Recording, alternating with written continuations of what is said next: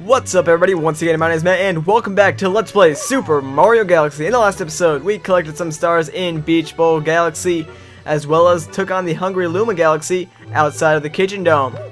In this episode we're actually going to head back to Beach Bowl Galaxy because there's some power stars that we can pick up there that we haven't gotten yet.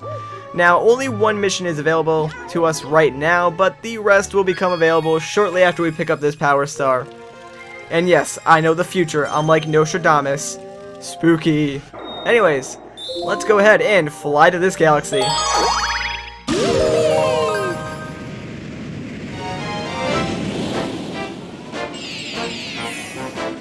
The secret undersea cavern.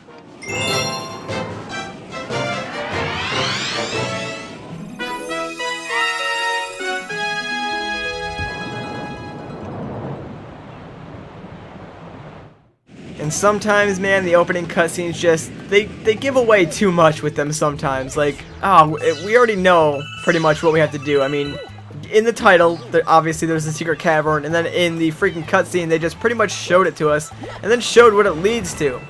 Anyways, all you need to do to get into this secret cavern is just swim down and pick up this conveniently placed Koopa shell, and then just throw it at the rock, thus proving that turtle shells are in fact more durable than solid rock.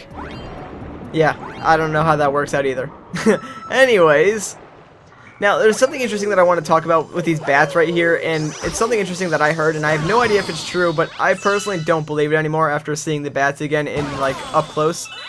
But I've heard that the bats are literally just the same models for bats that they use in Wind Waker, just sort of like, I guess, retextured for this game.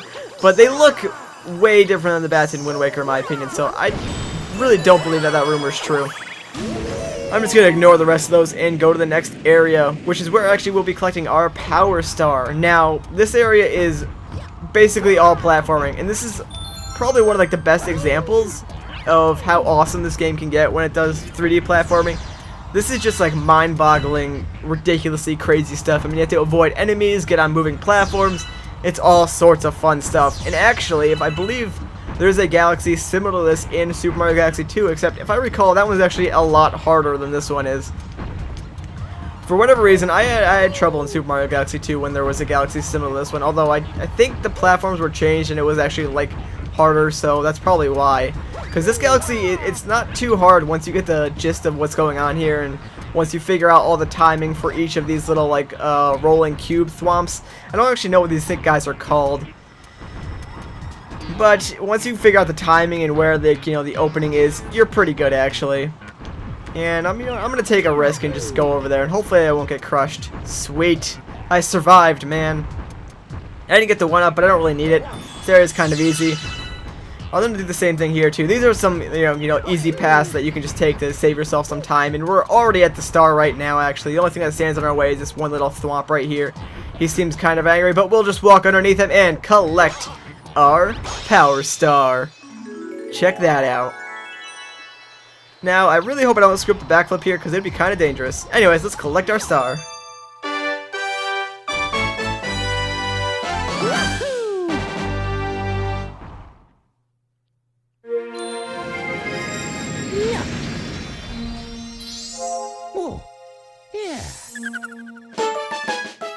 And star number 31 is down, baby. Alright. Alright, so now, before we went into Beach Bowl Galaxy, there was no other power stars available to us, but check it out now. Bam! Look, there's a secret star and a comet star. Although there's no comet actually in orbit right now, so we can't really get the comet star. So we're going to go after the hidden star, and we'll go back to this galaxy. And believe it or not, the hidden star is actually in the same mission that we were just in, so technically we could have gotten it, but I decided to wait until now because I'm a good person and I like to play the game the way that they were intended to be played. I don't even know. Anyways, there's actually a few other things that I want to show off before we actually go ahead and collect the star, because this mission is insanely easy. Now, I just collected the star bits on the way in, but you can just swing on that vine if you want to collect it the more fun way. I just collected it the quicker way, but the first thing that I want to show off is actually up here. You'll notice that there's a warp pipe in the middle. I believe it's actually here in pretty much every single mission, so I probably could have done this to actually get a few extra star bits, but when you're in here, you want to make sure you break as few of these like brick blocks as possible, because once we get that coin in a minute, something is going to happen. Oh crap, I broke one that I didn't really need to. Anyways, but once you get this coin, check it out. All the blocks turn to star bits. So yeah, you kind of want to save all the blocks that you can. Unfortunately, I actually took one out, but you know what? Too bad, I guess. We only missed one star bit. So there's that little secret here. That's actually really nice and easy to pick up to get a lot of star bits. I think it's like 50 or so you get from that, so that's pretty sweet actually. Anyways, now we'll actually continue on with the actual mission. And Mario, if you would cooperate and actually swim towards the screen, that'd be great. Thank you, kind sir. Anyways, all we need to do for this actual mission is grab a Koopa shell. So I'm just going to go grab the nearest Koopa shell. And I think this one over here is actually the closest. And there we go. We'll pick this bad boy up. Oh, and something that I actually forgot to show off in the last episode when we were driving the Koopa shell. Well, obviously, as you can see, the Koopa shell has like a headlight type of thing. But if you press Z, check it out. It slows the Koopa shell down, and you sort of get like braking lights. And I thought that was like a really funny thing that they just added to the game. How they made the Koopa shell like have headlights and stuff. But anyways, now that we have our Koopa shell, what we want to bring it is actually behind this waterfall and on the other side of this sort of horseshoe-shaped rock.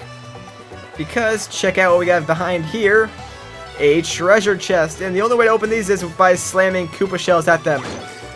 Proving again that turtle shells are more durable than treasure chests. I don't know what that means for you, but yeah, it happens. Alright, anyways, now this area is cool, and we're going to introduce to a new power-up in a second here, but you'll notice that there's this coin up here, and no matter what we do, we just come short of reaching that. Except, there's an enemy over here that might look familiar to anyone who's played Mario Sunshine. It is the Cataquack, and they function exactly like they did in Mario Sunshine. So what we want to do is actually lure this Cataquack over here under the shadow of this coin and let him bump into us, because he'll launch us into the sky, and that will activate the next power-up that we can get, which is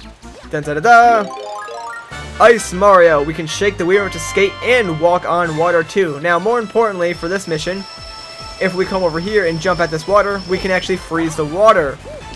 So we can use it to wall jump up to the next area, and that's really cool and offers for some really interesting things later on in the game when this power-up gets used more often. I personally love the Ice, Mario power-up in this game. It's probably one of my favorites. But, unfortunately, with every good thing comes a bad thing, and now we actually have to do something that's a bit more difficult. We have to actually lead this Cataquack over to where the star is, and the reason I say it's difficult is because this Cataquack is stupid. Like, the Cataquack AI is dumb. Sometimes they will just literally walk off the platform into the water, but luckily I don't think that was the case for us here, because we already got the star, so that's pretty awesome.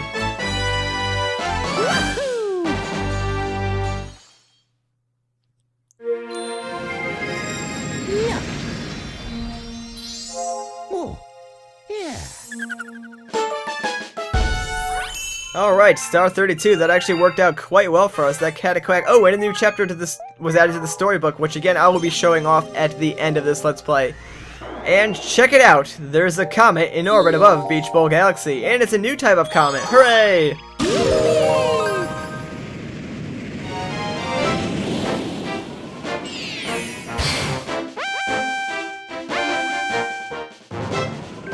Fast foes on the Cyclone Stone.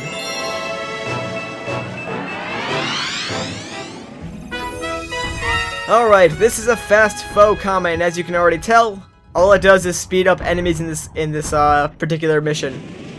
It's really not that threatening, to be honest. Like, the fast foe comet is probably, I think it's actually the most underused comet in the game too, because I don't remember too many instances of where they use it. And it's pretty stupid in my opinion too. It's one of like the comets that is literally like the easiest thing in the world to avoid. All you need to do is just, again, make sure your timing is solid. Once you have your timing down, you're good to go for this mission. It's the same as it was before when we did the secret cavern one, and holy crap, that's not good. Okay, I almost messed up there, but it's the same star, so all you really need to do is just time your jumps and get the star the same way you did as the last time. It's not any harder, except for the fact that the enemies move slightly faster than they did before. So yeah, not too big of a deal actually. Oh, we almost got crushed there though. And holy crap, oh, okay, I just made that one. You know what, take it back, never mind. It can be a little bit more stressful actually, but we'll just make through here like it's no big deal. And we should totally be able to make it across here before he stomps us. Sweet. And this swamp, once again, is the only thing standing in our way. And there we go. There's our star. Again, like I said, the Fast Foe Comet, not too bad, actually. It's probably one of the easier of the comets.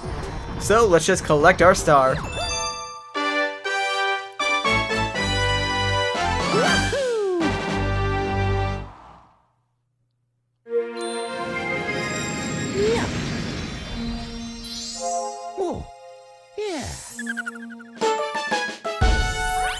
And that is 3 stars down for this episode.